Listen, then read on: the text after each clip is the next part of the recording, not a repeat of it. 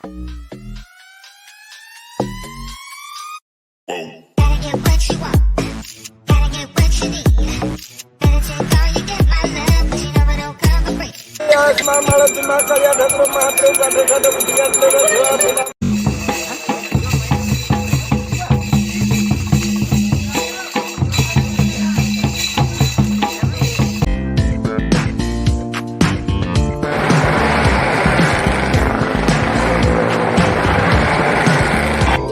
বেলা খিরি খিচুড়ি তরকারি দহি আর সন্ধ্যাবেলে চকুড়ি দই পখাল।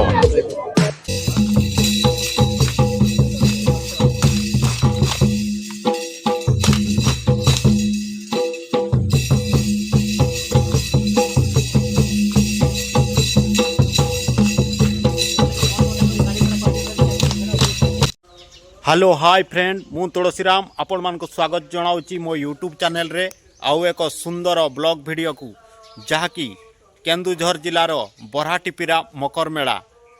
यही बरहाटीपीरा मकर मेलाटी आमर उत्तर ओडिशार सबुठु लोकप्रिय एवं सबुठारु बड़ मकर मेला भाव में सुपरिचित। तेबे चलंतु डेरी नकरी जिबा सेही बरहाटीपीरा मकर मेला को। हाँ दर्शक बंधु, बरहाटीपीरा मंदिरटी केन्दुझर सहराटार प्राय 50 किलोमीटर दूरतार अवस्थित एवं घटगाँ तारिणी पीठरू मात्र 10 किलोमीटर दूरतार अवस्थित एवं 200 नंबर एनएच ढेंकुट सहर ठारू मात्र 10 किलोमीटर दूरतार अवस्थित। तेबे वर्तमान आमे से बरहाटीपीरा मकर मेला रे पहुंची जाइचु।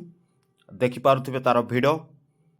एपटे यात्रापाटी मध्य पड़िची आ सेपटे सामनारे देखा गलानी बाबा नीलकंठेश्वर मंदिरर तोरण अति सुंदर भावरे अति सुंदर ढंगरे निर्माण करा जायछि। देख पारथिबे ऊपर शिव पार्वती रहिछि।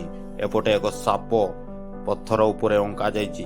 आउ एपटे देखंतु सीढ़ी रहिछि मंदिर को उठिबा पई। आउ सामनारे रहिछि भोग दुकान। एही हला मंदिरर सीढ़ी। एमती सब सीढ़ी रहिछि। मंदिर प्रशासन तरफ सुंदर व्यवस्था रही अछि। मंदिरटी से पहाड़ ऊपर ही रही अछि। छोट मंदिरटी किंतु बहुत सुंदर एवं तार कारुकार्य अनेक चमत्कार। तेबे जीवा से ऊपर को। तेबे मंदिरर आमे वर्तमान टॉप लेवल रे पहुंची जाइचु एवं एही हला से मंदिरर मेन गेट एवं मंदिर बेढ़ारे वर्तमान प्रवेश करूचु। तेबे देखंतु आपण निजे स्वचक्षुरे मंदिरर सुंदर कारुकार्य।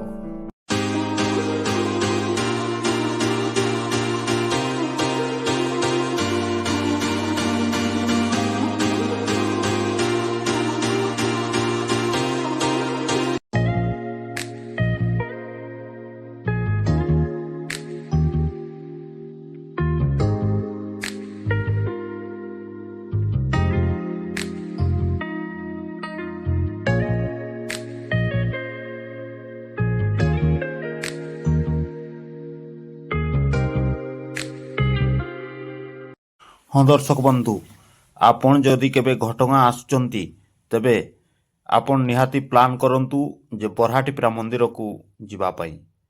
घटगाँ ठारू मात्र 10-12 किलोमीटर दूरतार अवस्थित से बरहाटीपीरा मंदिरटी। आउ बरहाटीपीरा मकर मेलाटी केन्दुझर जिलार सबुठारू बड़ मकर मेला। एठारे जनवरी 25-26 तारिखरू अत्यंतरु अत्यंत भिड़ देखा जाई था एवं मकर मेला पूरा जमी था।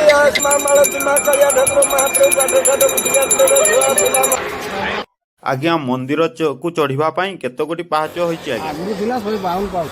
ठीक कोन पोथे कोन नळा हेछि कोन किछ। आउ एपटे रहिछि बरहाटीपीरा यात्रार बा बरहाटीपीरार मुख्य आकर्षण एठाकार गुंफा। तेबे देखंतु केमती गुंफा सब रहिछि।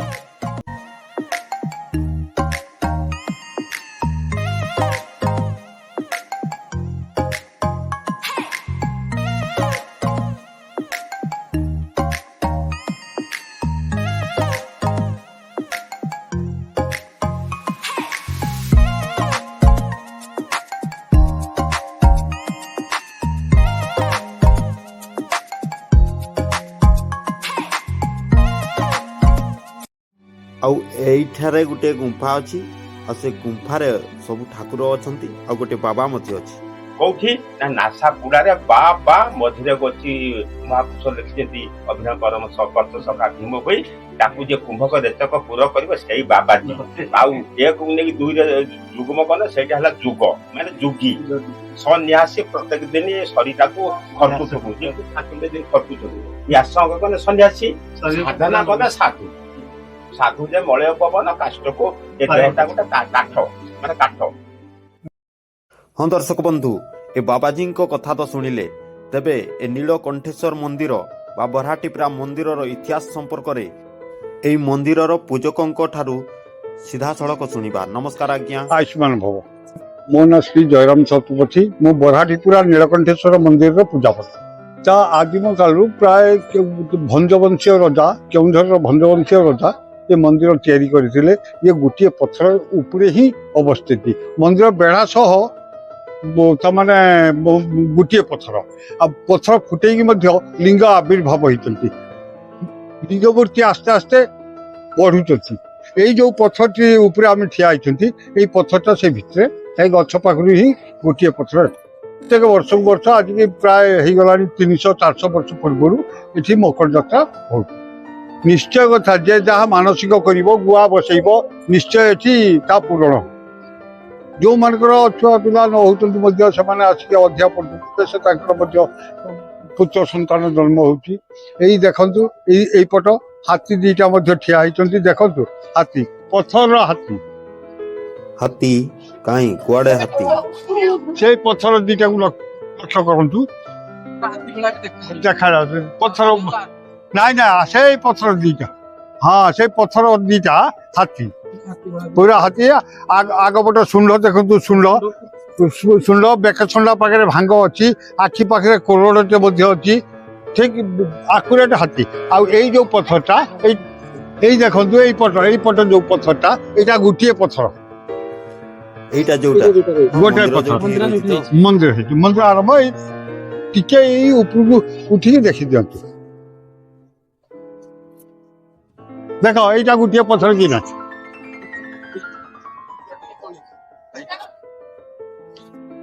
ଓ ଏଇ ପଥରଟା ତ। ଆଜ୍ଞା ଚାରିପଟ ମଧ୍ୟ ମକର ସଂକ୍ରାନ୍ତି ଦିନଠୁ ଆସିକି ସେ ଲୋକ ମକର ଭେଡ଼ା ବୁଲନ୍ତି। ପ୍ରଥମେ ଆସିକି ଆଦିବାସୀ ଶ୍ରେଣୀୟ ଲୋକ ଆସିକି ମହୁ ଘିଅରେ ସ୍ନାନ କରନ୍ତି। ତାପରେ ଆମେ ମହା ସ୍ନାନ କରିକି ପୂଜା ଆରମ୍ଭ କରୁ ମକର ସଂକ୍ରାନ୍ତି। ମନ୍ଦିରରେ କଣ କଣ ସବୁ ଭୋଗ ଲାଗେ ଆଜ୍ଞା? ଭୋଗ ଲାଗେ ସକାଳ ବେଳା କ୍ଷୀରି, ଖିଚୁଡ଼ି, ତରକାରୀ, ଦହି ଆଉ ସନ୍ଧ୍ୟାବେଳେ ଚକୁଳି, ଦହି ପଖାଳ। ହଁ ଦର୍ଶକ ବନ୍ଧୁ, ବରାହଟିପିରା ମନ୍ଦିର ବା ନୀଳକଣ୍ଠେଶ୍ୱର ମନ୍ଦିର ସମ୍ପର୍କରେ ଆପଣ ସିଧାସଳଖ ସେ ମନ୍ଦିରର ପୂଜକଙ୍କ ଠାରୁ ଶୁଣିଲେ। ତେବେ ବର୍ତ୍ତମାନ ଆମେ ଯିବା ସେ ମେଳା ଆଡ଼କୁ, ମୀନା ବଜାର ଆଡ଼କୁ। ତେବେ ଆପଣମାନେ ଯଦି ଏ ଚ୍ୟାନେଲକୁ ନୂଆ କରି ଆସିଥିବେ ତେବେ ଚ୍ୟାନେଲକୁ ସବସ୍କ୍ରାଇବ୍ କରିବା ପାଇଁ ଜମାରୁ ଭୁଲନ୍ତୁନି ଏବଂ ଭିଡ଼ିଓଟି ଭଲ ଲାଗିଲେ ଦୟାକରି ଗୋଟିଏ ଲାଇକ୍ କରନ୍ତୁ, ସେୟାର କରନ୍ତୁ ଏବଂ କମେଣ୍ଟ କରିବାକୁ ଜମାରୁ ଭୁଲନ୍ତୁନି।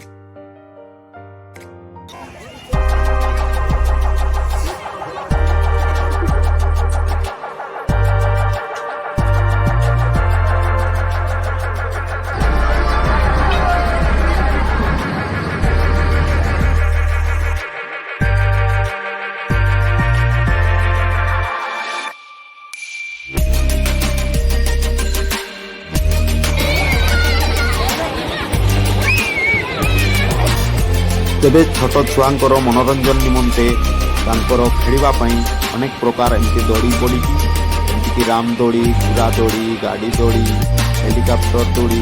ଆଉ ଏଠାରେ ଛୋଟ ଛୁଆମାନେ ମିନି ବୋଟିଂ ପାର୍କର ଫାଇଦା ମଧ୍ୟ ଉଠାଇ ନେବେ। ଆଉ ଏଠାରେ ଦେଖନ୍ତୁ ମଦ କାକୁଆ ପଡ଼ିଛି। ତେବେ ସେ ମଦ କାକୁଆ ଆଡ଼କୁ ଯିବା।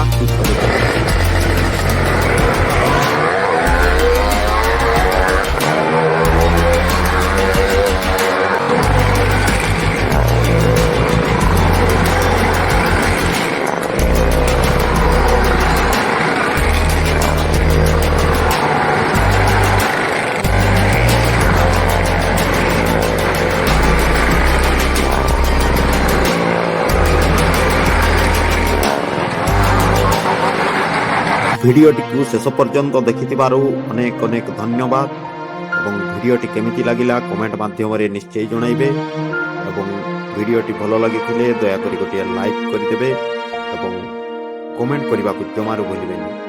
ପୁଣି ଦେଖା ହେବ ନୂତନ ବ୍ଲଗ୍ରେ। Good bye.